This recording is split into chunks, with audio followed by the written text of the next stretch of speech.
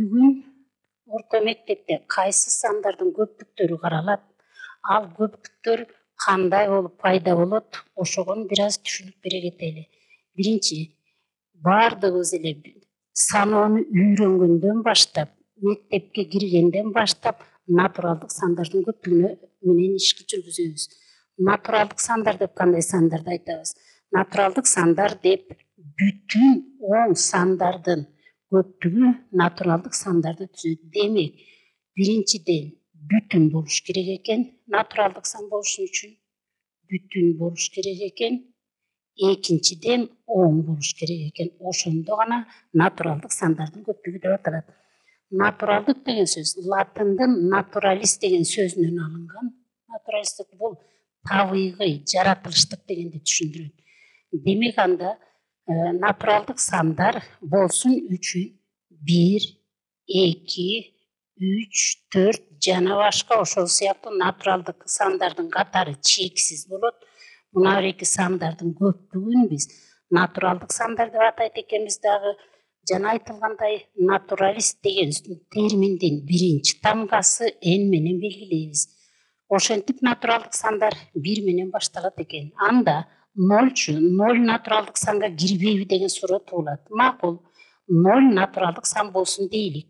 Эгерде 0 натуралдык сан болуп калса, анда бул биринчиден бүтүн сан, экинчиден оң сан болушу керек. Болуптур, анда эгерде 0 бул оң сан десек, анда баардык оң сандардын карама каршы сандары бар. Анда анын карама каршысы болгон -0 саны бар болуш керек. Баарыбызга белгилүү болгондой, 0дун -0 деген жок, бир гана 0 бар. Демек, 0 натуралдык сандарга кирбей калат экен. Демек, ошентип эмне үчүн 0 натуралдык сан болбой калгандыгын түшүндүк. Эми биз мындай кылалы. Азыр айттык, баардык натуралдык сандардын карама каршы сандары бар деп. Анда натуралдык сандарды жазалы. 1, 2, 3, 4 жана башка. Жогоруда айтылгандай, бул натуралдык сандын катары чексиз. Эми 1дин карама каршысы -1, 2нин карама каршысы -2, 3түн карама каршысы -3, 4түкү -4 жана башка ошол сыяктуу болду. Демек, биз бүт натуралдык сандардын карама каршысын жаздык. Анда биякта биз көрүп турасыңар, оң сандарды жаздык, натуралдык сандар болду. Бул жакта болсо терс сандарды жаздык. Ошентип анда биз жогоруда 0 жөнүндө сөз кылганбыз. Бул оң санда эмес, терс санда эмес деп. Анда 0ду ушу ортого жайгаштырат экенбиз. Ошентип оң бүтүн сандар, терс бүтүн сандар жана 0 саны биригип жаңы сандардын көптүгүн түзөт экен дагы биз аны Z менен белгилейбиз. Z бул немецтин зааль деген сөзүнөн алынган сан. Кыргызча которгондо сан дегенди билгизет. Немецтин мына сөзүнөн алынган дагы акыркысы. Ошону азыр эле айттык, биринчи тамгасы Z менен белгиленет. Демек, бул бүтүн сандардын көптүгү болду. Ошентип бүтүн сандар кандай сандар болот экен? Баардык натуралдык сандар мына бул жакта турду. Алардын карама каршы сандары жана 0 саны биригип бүтүн сандардын көптүгүн түздү. Бул сандардын көптүгүн карап турсак, эмне жетпей турат? Албетте бөлчөктөр. Бул жака n бөлүнгөн n түрүндөгү оң бөлчөктөрдү, терс жака болсо -n бөлүнгөн n түрүндөгү терс бөлчөктөрдү киргизсек, анда жаңы сандардын көптүгү пайда болот. Ал кайсы сандар? Оң сандар. Демек, оң сан кайсындан турду? Бүтүн сандардан болот экен, жана бүтүн жана бөлчөк сандарынан турат экен. Бөлчөк. Терс сандар. Терс сандар дагы бүтүн болушу мүмкүн. Бүтүн жана бөлчөк. Жогоруда айтылгандай, бүтүн бөлчөк. Жогоруда айтылгандай, оңго дагы терске да кирбеген 0 саны бар. Демек, ушул 3 көптүк биригип жаңы сандарды түзөт дагы. Биз ал сандарды рационалдык сандар деп айтып, аны q менен белгилейбиз. Терминдин келип чыгышы рационалдык сандарды грек тилинин ратио деген сөзүнөн алынган. Ратио. Бул кыргызча катыш дегенди билгизет. Катыш. Ошентип биз а дегенде рационалдык сандарды өзүңөр көрдүңөр, натуралдык санга анын карама каршы сандардын кошуу менен жаңы бүтүн сандардын көптүгүн алганбыз. Ага бөлчөктөрдү кошуу менен жаңы рационалдык сандардын көптүгүн алдык. Эми мунун атына кайра токтоло кетели. Бул гректин ратио деген сөзүнөн алынгандыктан катыш. Катыш дегенди кандай түшүнөбүз? Катыш деп эмдин эмге болгон катышы болот экен. Анда рационалдык сандарды экинчи түрдө мындай аныктасак болот экен. Эм бөлүнгөн эң түрүндө көрсөтүүгө мүмкүн болгон сандар. Көрсөтүүгө мүмкүн болгон сандар. Мүмкүн болгон сандар рационалдык сандар деп аталат экен. Суроо. Анда мисалы үчүн кайсы санды алып көрөлүк? Мейли 4-тү деле алып көрөлүк. 4. Анда 4 бир караганда мындай суротулат. 4 рационалдык сан эмеспи? Себеби эм түрү бөлүнгөн эң түрүндө көрсөтүлгөн сандар гана рационалдык сандар дегенбиз. 4 болсо бүтүн сан болуп калды. 4 болсо катыш түрүндө чексиз көп түрдө көрсөтө алсак болот. Себеби 4-түн 1ге болгон катышы деп көрсөтсөк болот. 8-дин 2ге болгон катышы. Мына катыш экинчиден бөлүү дегенди дагы түшүндүрөт. 8-ди 2ге бөлгөндө 4 чыгат.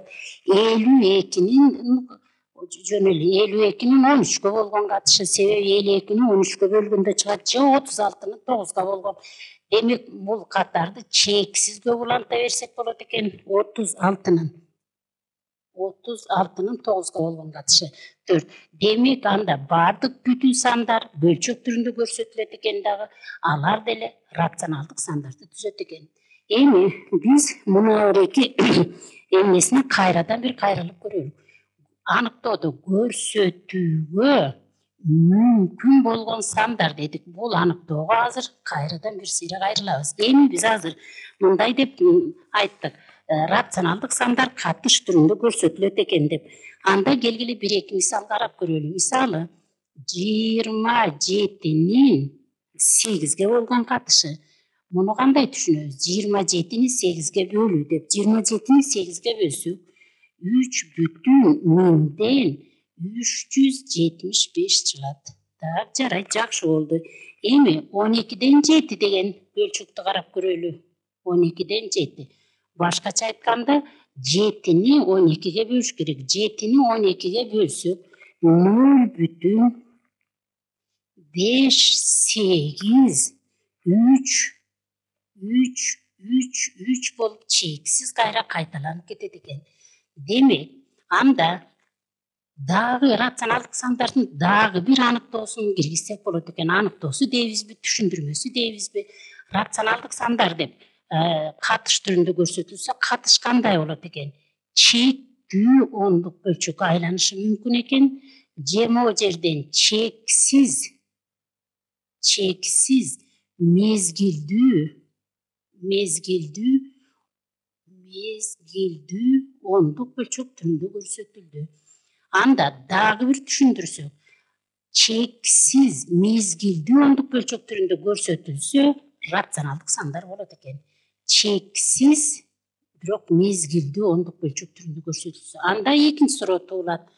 Эмне? Чексиз бирок мезгилсиз ондук бөлчөк дагы барбы деген суроо туулат. Анда ошол суроого дагы кайра бир токтолуп көрөлү. Ошондой сандар барбы? Албетте бар. Мисалы үчүн тамыр алдында 2-ни карап көрөлү. Тамыр алдында 2. 2-ден тамыр кандай болуп чыгат? Өзүңөр билесиңер. 1/141, андан ары чексиз кете берет. Кайра кайталанбай. 3 тамыры 3-төн чыгарсак 1/171, 73, 19 кайра кетет экен. Бул сандарда сандардын тобу кайра кайталанбайт. Мисалы үчүн 12-ден 7-де көрдүңөр, 3 кайра кайталанды. Бир цифр кээ бир учурларда бир эмес бир нече цифрлардын тобу кайра кайталанганда кайра кайталанат. Кайра кайталанып жаткандыктан 3-тү биз мезгили деп атап, муну көпчүлүк учурда 0,5-8 деп 3-тү кашаанын ичине жазабыз. Анда бул жерде кандай ондук бөлчөк пайда болду дегенде, чексиз, мезгилсиз ондук бөлчөк пайда болду. Мезгилсиз. Демек бул рационалдык сан боло албай калды. Рационалдык болуш үчүн мезгилдүү болуш керек. Анда бул сандардын көптүгүнө жаңы ат бериш керек болуп калды. Анда жогоруда айттык, бул рационалдык болбой калды. Грек тилинде рационалдык сандарды рацио деп атайт дегенбиз. Рационалдык эмес болгондо грекче ир кошулат экен дагы, иррацио. Ошентип биздин иррационалдык деген терминибиз келип чыккан. Иррационалдык сандар деп анда кандай сандарды айтмай болдук. Чексиз, мезгилсиз ондук бөлчөктөрүндө көрсөтүлсө, мындай сандар иррационалдык сандар деп аталат экен.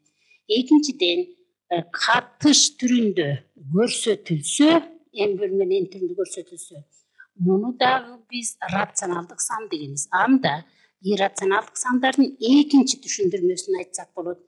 M бөлүнгөн n түрүндө көрсөтүүгө мүмкүн болбосо, бул дагы иррационалдык сандардын көптүгү болот экен. Буга чейин биз рационалдык жана иррационалдык сандарды көрүп атканбыз. Эми мурда рационалдык сандарды биз Q менен белгилеген элек. Рационалдык сандарды болуптур, рационалдык сандарды. Ушул рационалдык сандарга эми иррационалдык сандарды бириктирүү дегенде мындай менен белгиленип белгилүү. Иррационалдык сандарды кошуп жиберсек, бириктирип жиберсек иррационалдык сандарды, анда жаңы сан, анык сандардын көптүгү пайда болот экендиги аны R менен белгилейбиз. Кээ бир китептерде муну чыныгы сандар деп, бирок окуу китептеринин көпчүлүгүндө анык сандар деп аталат. Ошентип биз билген анык сандардын көптүгү пайда болду. Мындай суроо туулат: сандардын көптүгү ушуну менен токтодубу, мындан ары сан болушу мүмкүн эмеспи деп. Албетте, сандарды дагы жаңы сандар бар. Дагы анык сандардын көптүгүнө дагы кандайдыр жаңы сандарды кошуп, улам жаңы кайра да бөлөк жаңы сандардын көптүгүн алабыз. Кимдир бирөөңөр балким түшүнүгүңөр бар болгон болсо, анык сандардын көптүгүнө миң сандардын көптүгүн кошот дагы комплекстик сандардын көптүгү каралат. Бирок орто мектепте негизинен анык сандардын көптүгү менен орто мектептин программасы чектелет. Ошентип биздин орто мектепте каралган анык сандардын көптүгүнө чейин биринчиден биз натуралдык сандарды өтүптүрбүз. Андан кийин ага карама каршы сандарды кошуп, бүтүн сандарды өтүптүрбүз. Андан кийин бөлчөк сандарын кошуп, рационалдык сандарды өтүптүрбүз. Рационалдык сандарга иррационалдык сандарды кошуп, анык сандар менен орто мектептин математика курсун аяктайт экенбиз.